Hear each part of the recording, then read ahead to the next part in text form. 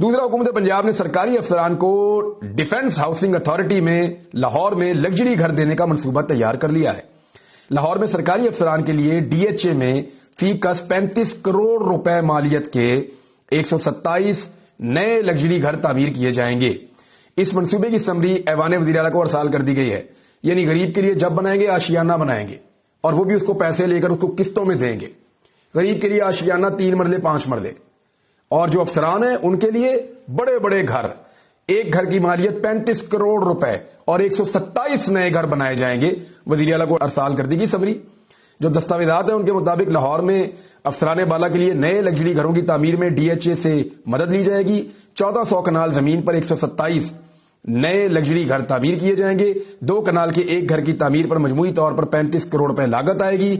Board of revenue ने मंसूबे की समरी ऐवान वज़ीर आला पंजाब को अरसाल कर दी है। जराये के मुताबिक वज़ीर आला पंजाब मरियम नवाज काबीना के इजलास में हतमी फैसला करेंगी। अब आप एक और चीज भी देखिए। मरियम नवाज साहबा तशरीफ लेंगी, गालिबन सरगोदा की वीडियो थी।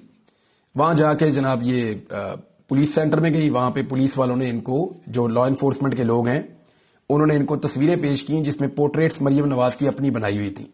क्या नरगिसियत का शिकार हैं ये लोग। यानी पुलिस को भी इस बात का अंदाजा हो गया कि कारकर्दगी गई भाड़ में, ये खुद पसंदी का शिकार है, नरगिसियत का शिकार है। इनको इनकी फोटोएं दिखाओ, इनकी खुशामद करो, ये ऐसे ही खुश हो जाएगी। ये सूरत हाल है। यानी पाकिस्तान का बच्चा बच्चा जान चुका है कि इनकी साइकी और मेंटेलिटी क्या है। ये अपने से ताकतवर की खुशामद करते हैं, उनके पैरों में लेट जाते हैं और अपने से नीचे हर शख्स से इस बात की तवक्को करते हैं कि वो इनकी खुशामद करे। ऐसे तो काम नहीं चलेगा। और ये कौन सा तरीका है। अब तक के लिए इतना ही। अपना ख्याल रखिएगा, अपने इस चैनल का भी। अल्लाह हाफ़िज़।